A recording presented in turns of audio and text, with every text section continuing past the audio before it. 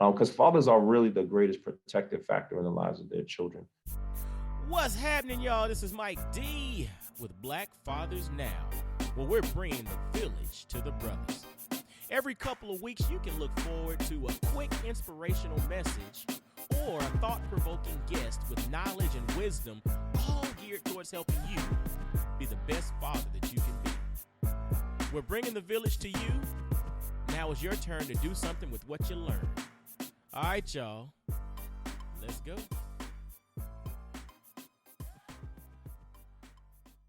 So look, fellas. Okay, I just started hitting the record button, and before we got into it, Eugene was telling me how he got on a shirt and tie. So if you're listening to the audio, you don't know what we're talking about. But if you're watching the video, he got on the suit and the tie. He's suited and booted. I'm sitting here with my sweatshirt on, chilling at the crib or whatever. But one of the things that he mentioned was he woke up, he got dressed. He was like, yo, this is a special day, right? His 11-year-old and his wife, everybody was like, dude, what's going on? There's something special going on. And he just said, it's a new day. So I felt like putting a tie on today just to shake things up. And so before we even jump into the intros and the shout outs and all of that kind of stuff, what led you to think that today was something different, something special? What was that thing? What was that inspiration inside of you, brother?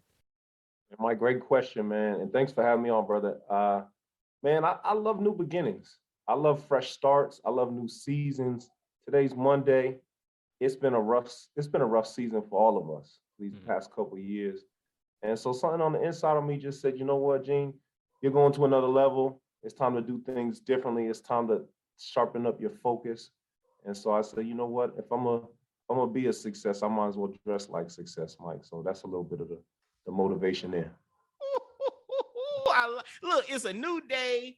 I'm to new beginnings. I'm all about reshaping, refocusing, rebranding, all of that kind of stuff. It's like, it's a new day. So therefore I need to put on a new suit. And that's exactly what you did. And who I'm talking to and who you heard just drop a little snippet of his story is my man, Eugene Schneeberg. It's Schneeberg, right?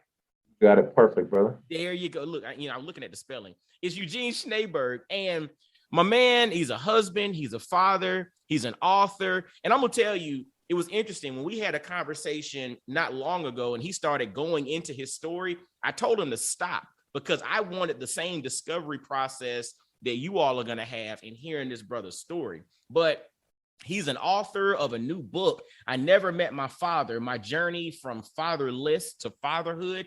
I mean, but dude, when I say like brother was like doing work in the Obama administration, he was doing this, we'll let him walk through his journey. But fellas and ladies listening to, because y'all tune in to try to figure out how we think, right?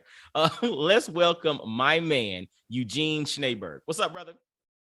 Mike, man, I'm so excited to be on Block Fathers Now, man. I'm a big fan of the work you do, and I'm just really grateful to be on here with you today, man. The work you do to lift up voices of Black fathers is so important. I really believe that fathers are the foundation of the family. And so I think there's no greater investment that we can make than investing in fathers. So just so grateful to be here with you today to talk about my new book, man. I Never Met My Father, My Journey from Fatherless to Fatherhood. Man, it's been a wild ride. I've been looking for my biological father for almost 30 years. When I was growing up, I never met him. I began asking my mother about my father kind of when I was old enough to really think about it, right? Like, you're growing up, your reality is dad's not in the home, so it's normal to you. There comes a point in time where you start to ask questions. You start to see other people's fathers. You start to see fathers on TV, and you're like, hold up. And that's what I did. I asked my mom, and she basically told me she didn't know my father well. They had connected. He had recently came back from the Vietnam War. They had connected for a brief amount of time, and then they went their separate ways. And she found out she was pregnant. He came around. She actually ended up having me. He came around about a year later and knocked on her door. And they hadn't seen each other in a year. And during that time, she had been pregnant and had me. And I'm like 2 months old. And he knocks on the door. She opens the door, and they're both surprised. And she says, well, I got something to show you, and brings him back. And here I am in the crib. She says, surprise, this is your son. And he's a little taken back, and he says, wow. And he tells my mother, well, man, I want to help however I can. My sister just had a baby last year. She still has some baby clothes. Maybe I can help you out with that. Now, I just want to pause there to say my mother had already had two children before me, was raising them by herself, including me.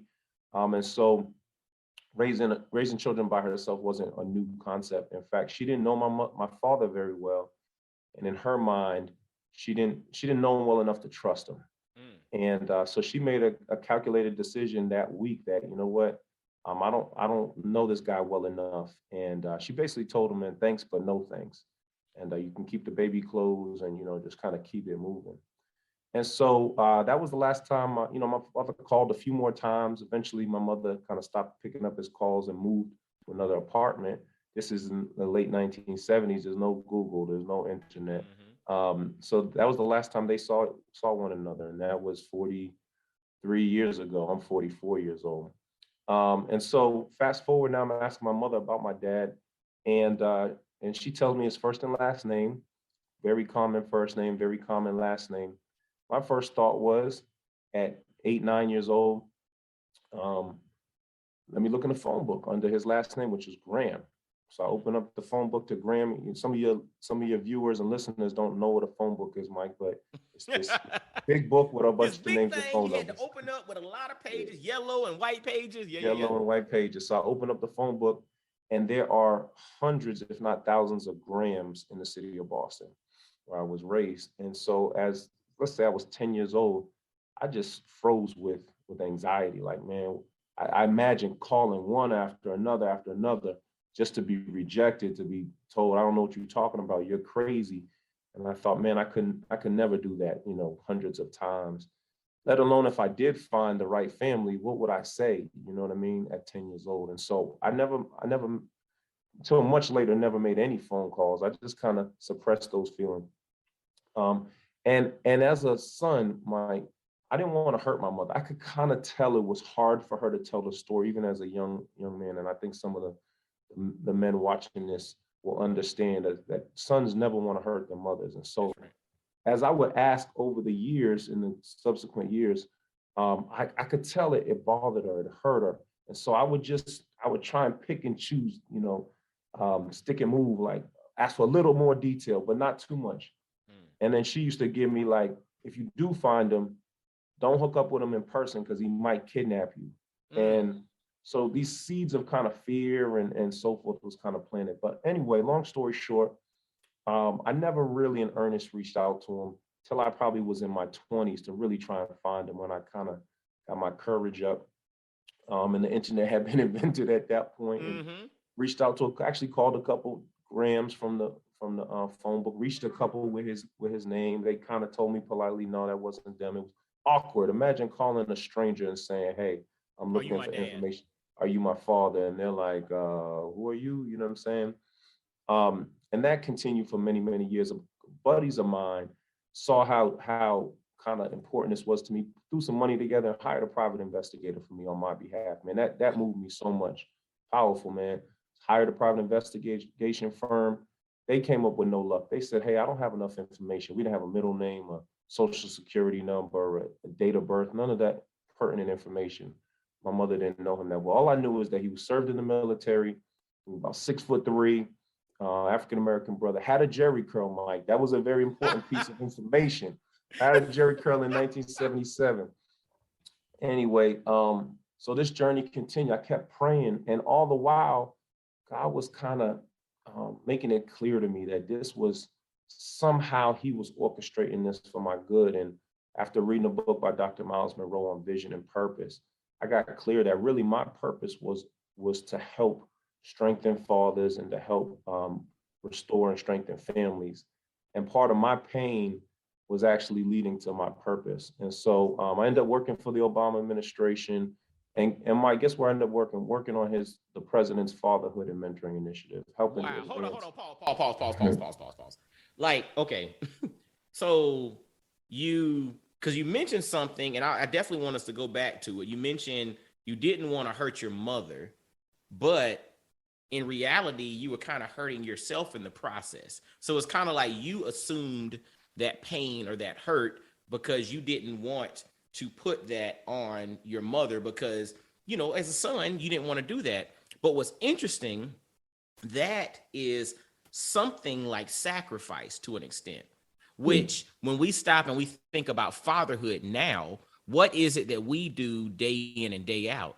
If we're present in the lives of our children and our wives and all of that, is we sacrifice, right? We Right. sometimes hide things from them and we take on burdens. And again, this is a challenge because, you know, now that we know better and we do better with therapy and all of that, but for Mm-hmm. so long, you know, we have broad shoulders because we're supposed to, or we felt like we're supposed to carry these burdens.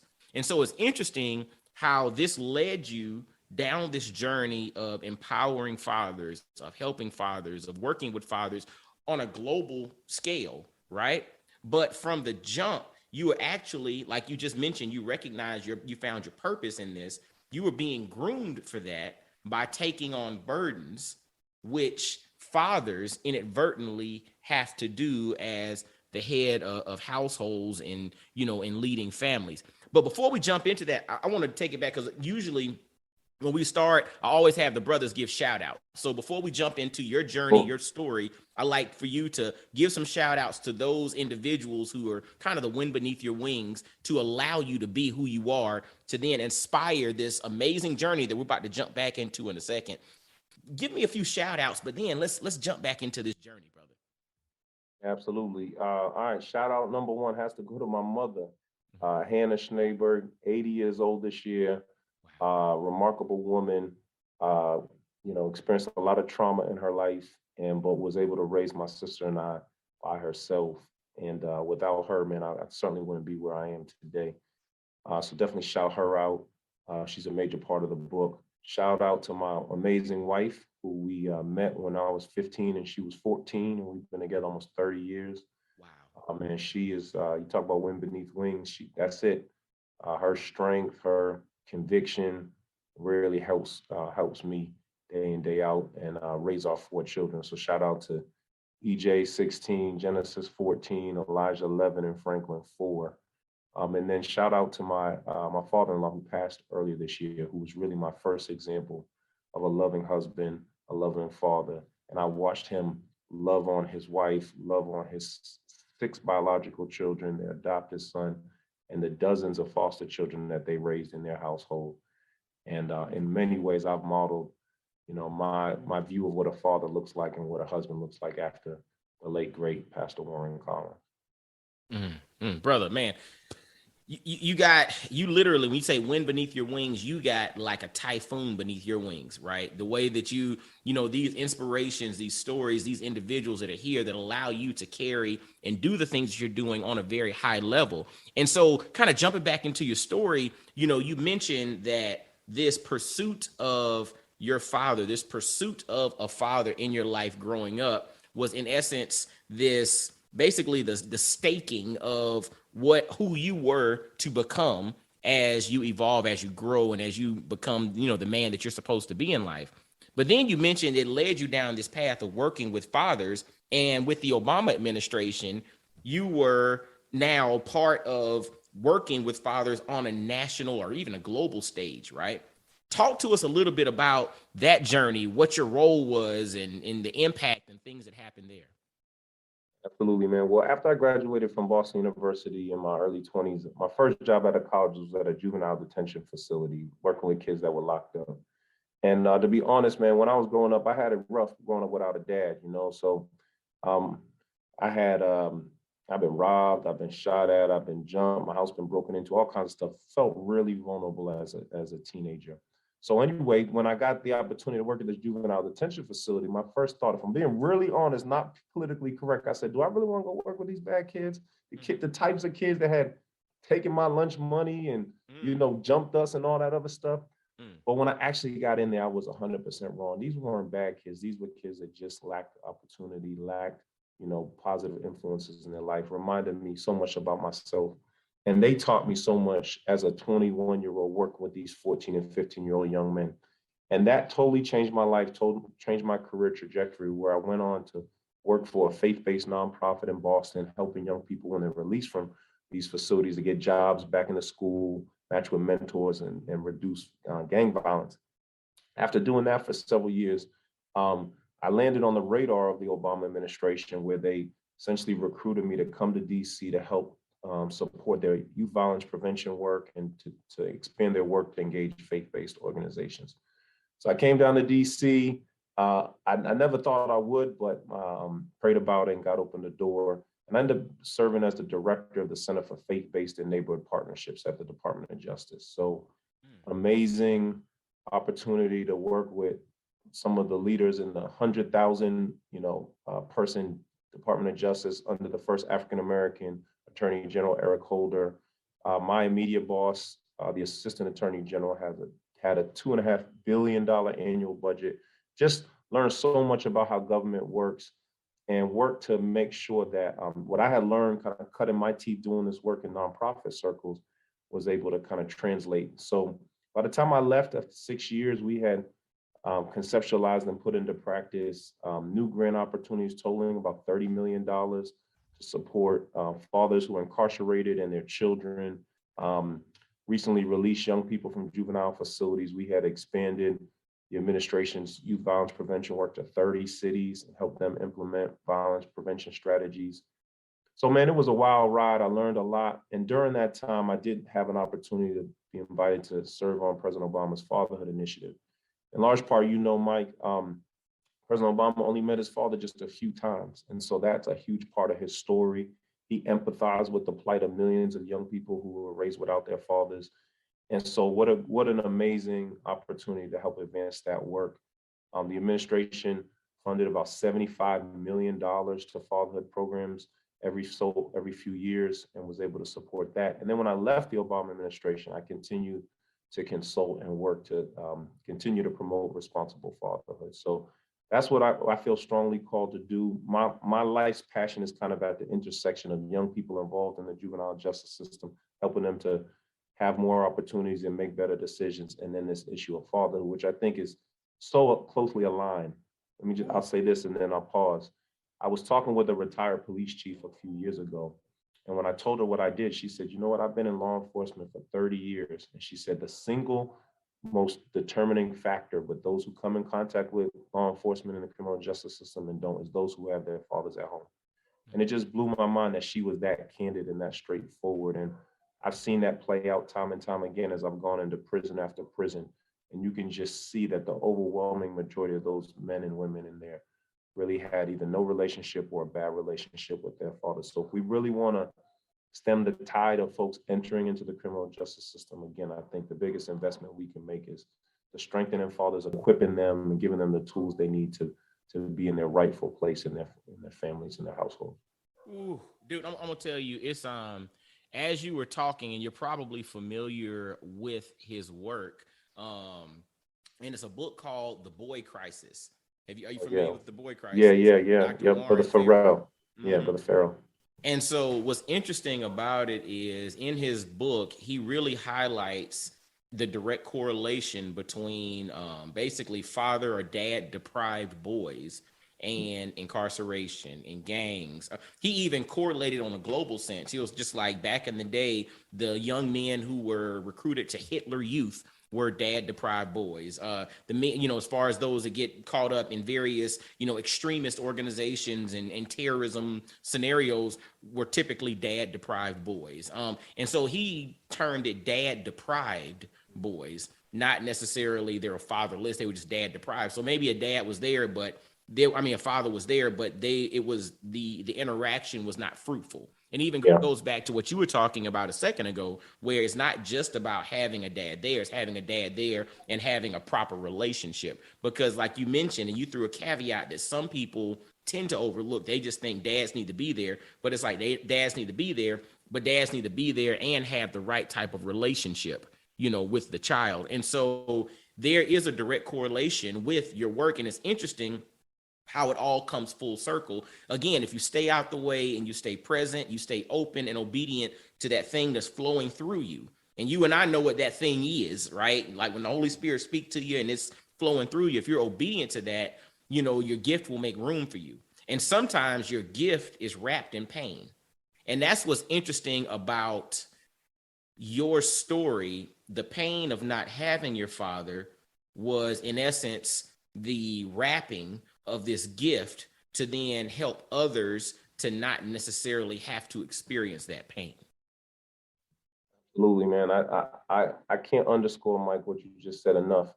If you really look at most of our society ills, and I am familiar with the boy crisis and corresponded with him this week, so it's funny you brought it up. But and a lot of the issues we deal with are rooted in the pain associated with broken families, and a lot of times, unfortunately, the source of that brokenness ends up being kind of either a longing for a deeper relationship with dad, or a disappointment, or an anger, or resentment, all kinds of stuff.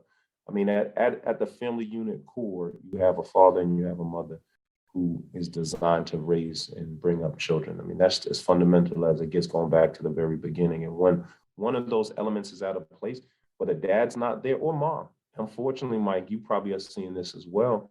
A lot of moms are now out the picture. A lot of the opiate crisis and a lot of drug situation. I meet a lot of single fathers raising dads by themselves, and the issues related to motherlessness, are even deeper. We haven't even begun to scratch the surface of what that looks like, when the abandonment and the emotion that comes with that. But I meet so many people who are this deep, deep woundedness.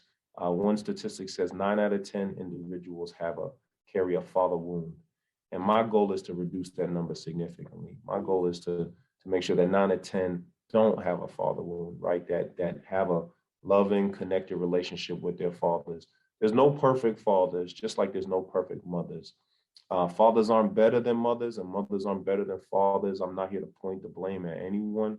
I'm here to work collectively with my sisters and my brothers to help strengthen families. And I'm grateful that your show and your work really is a significant contributor to that. My man. And so you worked with the Obama administration, and then you moved into continued work with regard to the intersection of like fatherlessness, or, empowering fathers, and criminal justice reform, and working with individuals that were impacted by the criminal justice system. Kind of carry us forward with some of the things that you were, involved in, and some of the things that you did, which ultimately got you to the point of, now becoming a published author and speaker and panelist. I think I saw a picture with you with TD Jakes and all that stuff recently, and, doing your thing. Talk to us a little bit about what happened next, man.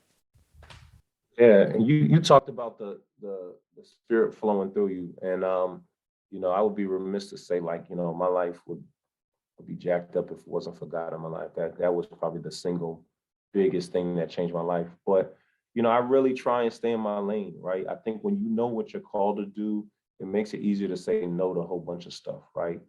Because there's a lot of good stuff out there. So that's my lane: fatherhood, criminal justice, fatherhood, criminal justice. And unfortunately, the criminal justice system um, inherits a lot of people who are victims of brokenness, right?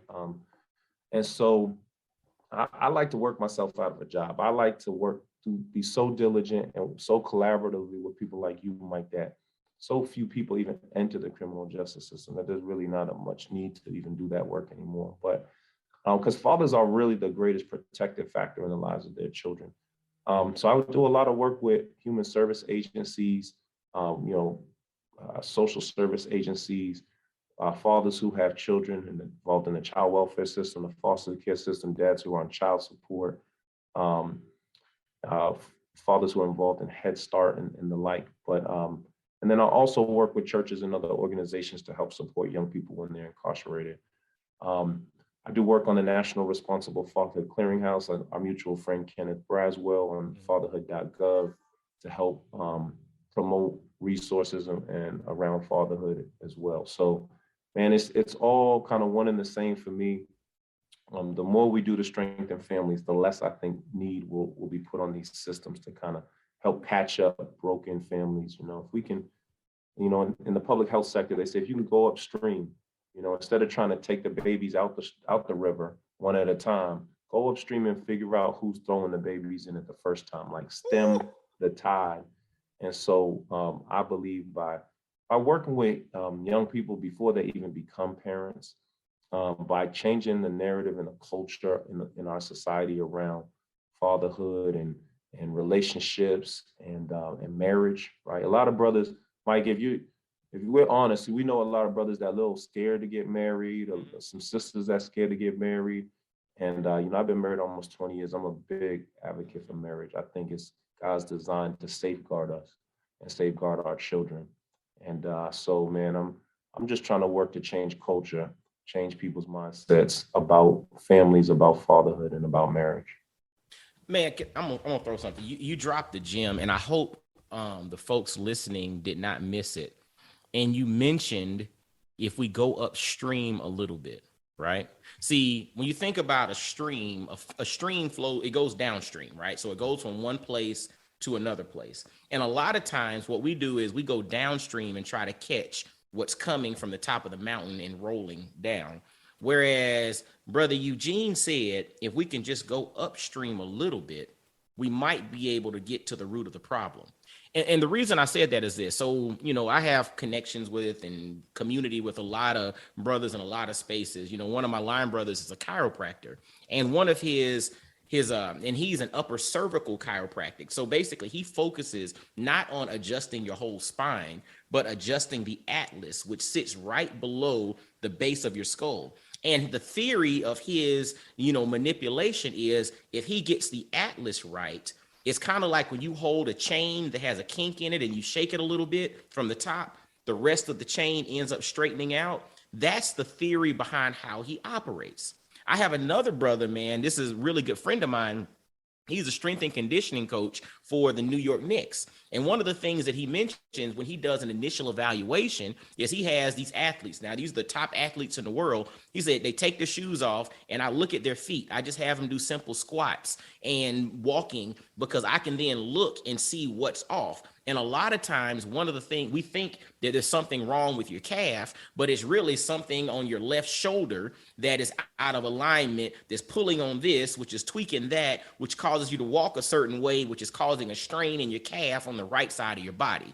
But most of us go straight to the calf and we want to hyper focus on the calf and diagnose the calf. But what Brother Eugene said, and this is a gem in life, sometimes you just got to go upstream a little bit.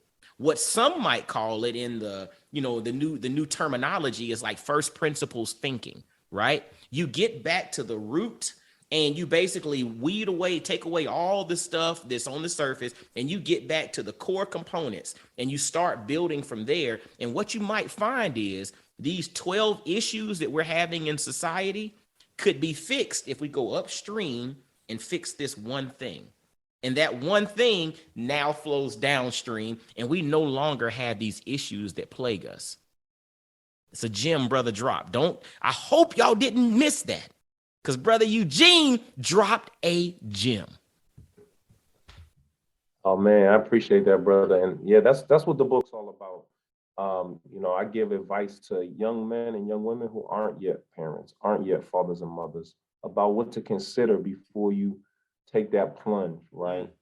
I talk about a lot of mistakes I made as a young person, and try and give opportunities for young people to make those good decisions so they don't have to deal with a world of pain and hurt. Because I deal with so many couples that I just have this antagonistic relationship, this adversarial relationship for years over raising their children. And it's just so sad to see. And then I give advice for first time fathers, right? You remember back when you first had your child, and so a lot of people think, Mike, that my book is only for fathers. They're like, oh, I want to give this to my nephew. I want to give this to my son. But the book is really just as much for mothers and daughters as it is for fathers and sons. And I know Mother's Day is coming up. I don't know when your listeners will hear this, but man, I think there's great stuff in there for single mothers raising children by themselves. I hear that quite a bit. I'm raising my son. I'm running into issues with him. What should I be doing? So there's some good insight in there as well as for experienced fathers, right? I think we can learn a ton from our mistakes. And so I just share really openly and honestly about some of the struggles I've had as a dad, as a husband. I certainly don't get it right all the time. And I try and be as transparent and vulnerable as possible about lessons I've learned raising teenagers, raising infants, raising newborns, dads raising daughters, dads raising sons. So man, I think your listeners are going to enjoy the book. I'm excited about them reading it. Man, dude, I'm gonna tell you, insight is so needed and perspective is needed. And I appreciate the fact that you're sharing your story and your journey, because a lot of times when it comes to quote unquote advice, I'm using air quotes here, advice, folks are like, all right, there's a skepticism there because, all right, well, who are you? Where do you come from? Are you sitting on a high horse? Are you waving your finger at me and telling me what I should or shouldn't be doing and all of that? That to me hits totally different from someone sharing their story. Because when you share your story, you're actually offering an olive branch saying, look, and I use a quote all the time that perfection is not a requirement for greatness, right? We're all imperfect beings. CeeLo Green had a title of an album, CeeLo Green and his perfect imperfections, right? Like the only thing that's perfect about us are our imperfections, right? That's the thing that we have to recognize. And that's cool. And I think it gives people the ability to have grace in their lives when you understand that a brother like Eugene Schneeberg, who's worked with the Obama administration, sat on the National Fatherhood Board, and has been a part of billions of dollars in funding going around the world to do this and do this for fathers and, building families and working with criminal justice. Even a brother like this is imperfect as it pertains to being a father. So I appreciate your transparency there, because I think a lot of times we have aspirational figures, meaning we see somebody on IG or we see somebody on TikTok or on the TV or a movie, and we just think, oh, their life is so perfect, that they're just so this because they're in this position or that position. But one of the things that I like to share and why I love having these conversations is, yes, I got brothers like yourself who are super accomplished, who literally could probably on their phone call some folks that it would take other people 6 months to schedule a meeting with an assistant of an assistant of an assistant to get there, right? But even brothers like yourself are open about the fact that I'm imperfect and it's okay. You're never going to be perfect because I'll never be perfect. And guess what? It's not needed. We just got to be great, and perfection's not a requirement for greatness. Yeah, you brought up something so important, Mike, man, which is this sense that as men that we somehow have it all together, or somehow that we don't hurt. And I talk a lot in my book about how as men and how I've benefited from learning from other men how to express the full range of my emotions. How oftentimes as men we have a hard time getting in touch with like crying, for example. I know my brother Jason Wilson from Detroit, who wrote a powerful book, Cry Like a Man. Talk about that in the book, and how so many of us think it's weak to cry or to express sadness. But I really talk about in the book how it's actually a strength to be able to be fully present, fully in touch with the full range of your emotions. Or even sometimes, when we were coming up, don't be a punk, don't be soft, don't act like a girl, like, all those things. But it doesn't, it's not feminine to just be in touch with who you are in terms of, and there's things that come on a daily basis that try and cause me to have concern, fear, sadness, anxiety.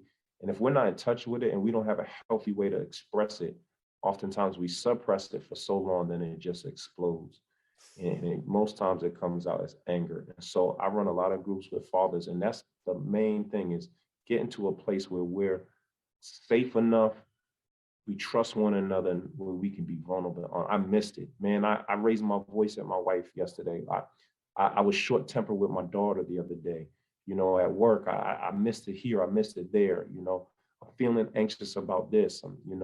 I think I might be depressed. Like, therapy is great, and I encourage everybody to get therapy, but we need circles with other men where we can just be really open, honest, and vulnerable with one another. So I talk about it in the book, and I just encourage anyone to listen, man, to find you a circle of support where you can be as real as you need to be. And you know what I'm saying? I heard somebody say recently, you're only as sick as your secrets. And so, man, we want to be a place where we can just be open, honest, and vulnerable. And I try to do that in my book. Brother, I'm gonna throw something, and it's interesting. As you were talking, you talked about, just the, like, for us expressing our emotions as men and the challenge of doing so. And part of that is the vulnerability associated with it, right? But it's interesting. I was thinking about, like, on safari, when you see a lion, right? A lion in the middle of the day can sleep wide, just sleep in the open, right? Peacefully. But when you think about like a gazelle, or you think about something that has to always be, heightened with a heightened sense of awareness, they can't just lay down and sleep in the open peacefully. If they do, they have to have other people watching them or whatever. And so when I thought about that concept and you were just talking, I was actually thinking about the premise that men who can be vulnerable and express themselves are actually the men that are actually the most powerful. Because when you are powerful, when you are someone who's very much assured in who you are, you don't mind crying because you're like, yeah, and right? You think about this. It's like when you are at a certain level of wealth, I no longer have to put on designer clothes and show everybody what I have, because it's like, dude, it's there. I don't have to prove anything to anyone anymore. I'm comfortable. So to me, the most emotionally vulnerable individuals who are willing to express themselves are actually the strongest, because they realize it's like that lion that sleep in the middle of the savannah, right? Nothing is covering them, nothing is blocking them. But I wish you would walk up on that lion. and he knows that. So therefore he can rest in peace. Yeah. Whereas the gazelle, or that thing that's prey, has to be heightened. They can never sleep soundly. They can never be vulnerable.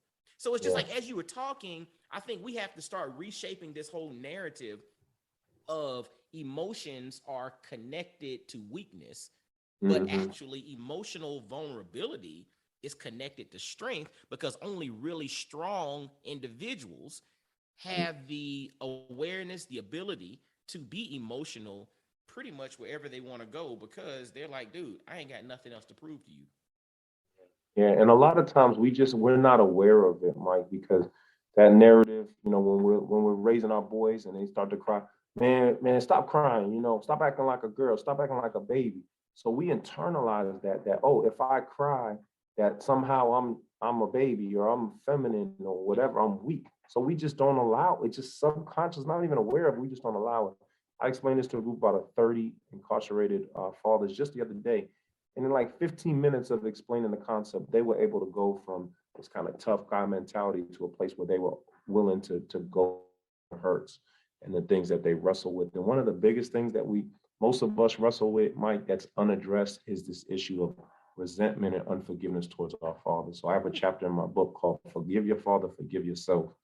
And I think that's one of the hardest things to do, is to, if there's issues with our father, to forgive our fathers is very difficult, but it's very necessary, and it's very possible. That's one of the biggest things I had to do, was forgive my father. For years, I carried this weight on me, and it just weighed me down emotionally and physically and spiritually, of anger and resentment. Why wasn't he there? Why didn't he come find me? Why haven't you been looking? I'm looking for you. You got a son. Where are you? You know what I'm saying? And just this raw emotion, it was so tiring. And when I was finally able to let it go and just say, you know what, I forgive this man. I want the best for him. I don't understand fully his story, what his relationship was with his father, the hurt and pain he's gone through, and how most of the stuff is generational. When I was able to finally release him, release any resentment I had towards my mother, then I could sleep soundly. And to that point about that lion, now I get good night's sleep because I took that weight off, And I challenge anyone listening how important it is for you to release and forgive. If not for your father, do it for yourself. They say unforgiveness is like drinking poison and hoping that it hurts the other person. You're really just hurting yourself, man. So do it for yourself. Release, forgive. I give some practical strategies in the book of how you can go ahead and do that. And trust me, it will make you an even better father to your children, because you're finally able to get over that hump and be able to explore really what went on with you and your feelings and your emotions. If you don't address that in you, unknowingly, you pass on a lot of that stuff to your children subconsciously. Ooh. Man, look, as we kind of wind this thing up, and you've given some snippets of this, but specifically, man, how has this journey come full circle to impact you personally as a husband and a father? Yeah, so personally, just being as real as I can, I have 4 children. I've never met my father, and I talk about later on in the book. I don't want to give it away. My journey, Don't and give it all actually, away. We're gonna buy yeah, the yeah, book. yeah. You want to read chapter 9, how the story ends. But for me personally, that pain and that insecurity that I experienced as a young man, not knowing my dad, not feeling valuable enough, not knowing, do I look like this man? What characteristics did I get from him? I believe that subconsciously I developed this drive to do, accomplish, do more, succeed, grind, hustle. And I masked it with like, oh, I got to provide for my family. That's what a lot of us kind of workaholics do. I got to provide for my family. But no, it was beyond the norm, right? And so grinding. And then when I had children, I expected them to grind at the same pace. Grind. Don't come home with B pluses. Don't come home with A minuses. Like I literally would tell my children, they come home with A minuses. Like, well, why wasn't it an A? I had to realize, like, how sick is that? Like, high expectations is one thing, but being overcritical is a whole nother thing. I had to learn to affirm them for a B plus, for a B minus, for that matter. Um, if they, all my kids play ball, so if they would score 12 points in a game, I would say, man, you could have scored 20, man. Blah blah blah. And I had to learn, like, my journey's not their journey, right? I have to love them the way they are. And when I began to understand that and began to realize that a lot of that was trying to please, to prove that I was good enough to this father that I had never met, I had to slow down and just say, you know what, I'm loved just the way I am. If I never accomplish anything else, if I never get promoted, if I never, do all any additional accolades, I'm loved for who I am right now, not because of what I do, just for who I am.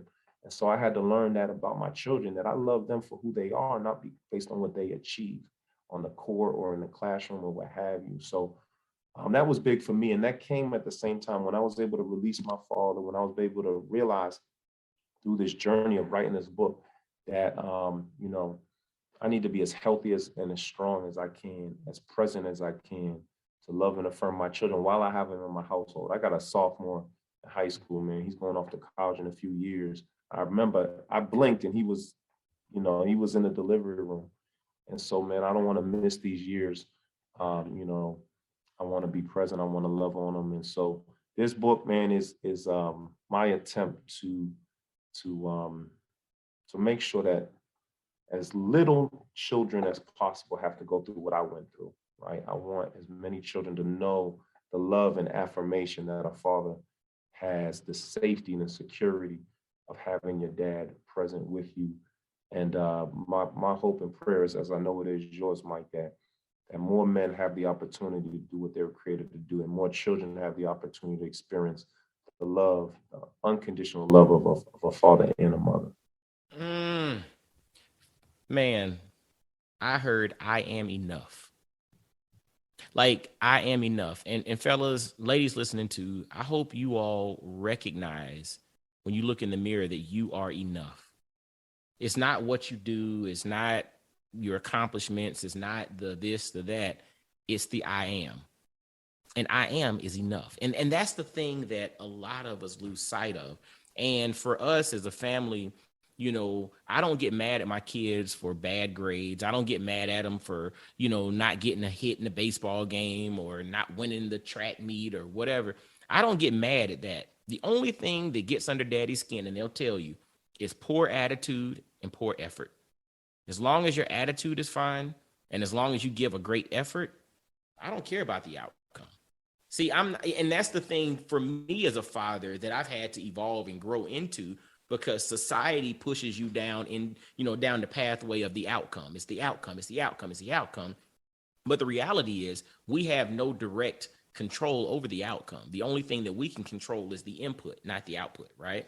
And that's something that as a parent, my kids are going to follow their own path, and I'm here to enhance the journey, to direct them, to show them the way, to model, and, show them how I treat my wife and how, all of that stuff. We have to model these things.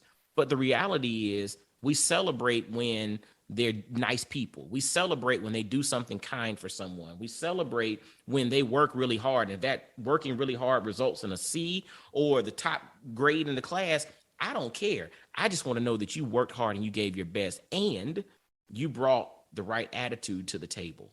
And so I hope you listened to what my man Eugene mentioned about he recognized that he was enough.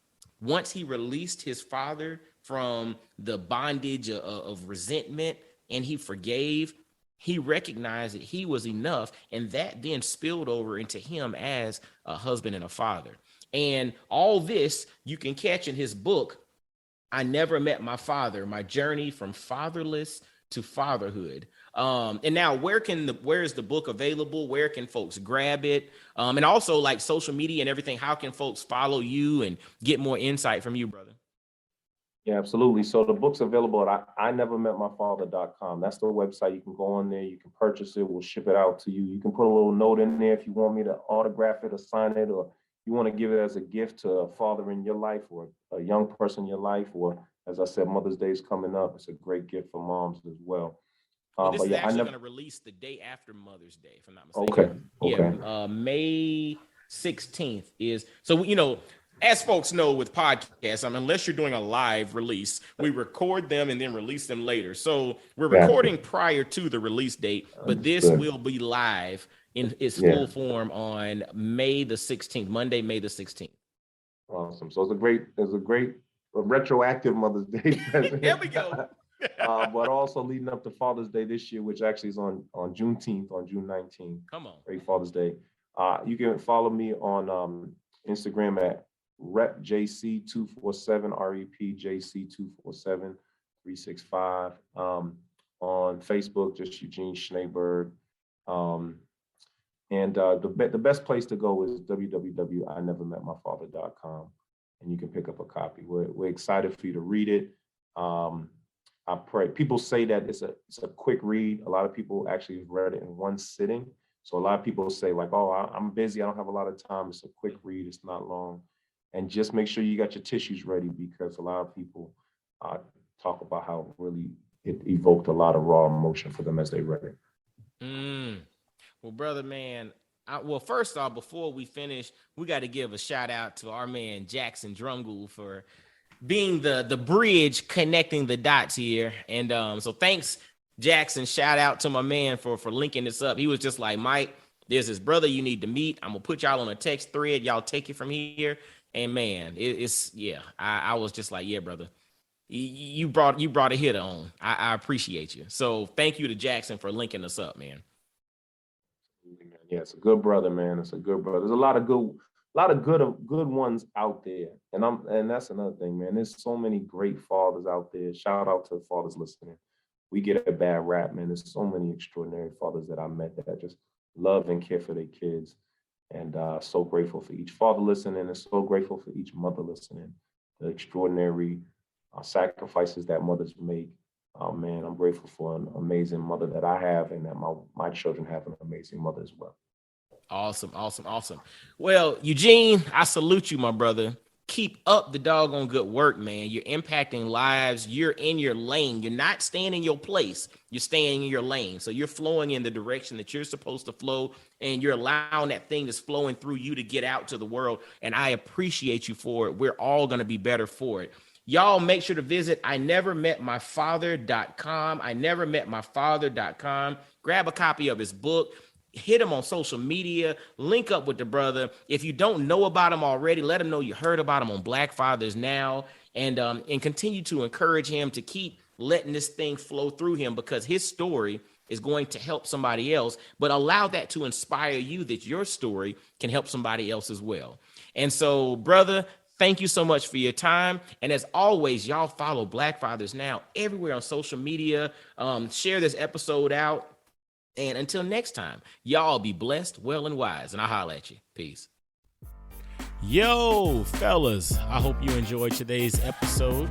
And always visit blackfathersnow.com, as well as follow Black Fathers Now on virtually every social media platform you can think of. Instagram, Facebook, Twitter, everywhere. Just follow us and engage with us, man. Look forward to hearing from you. And I guess until next time, I'll holler at you. Peace.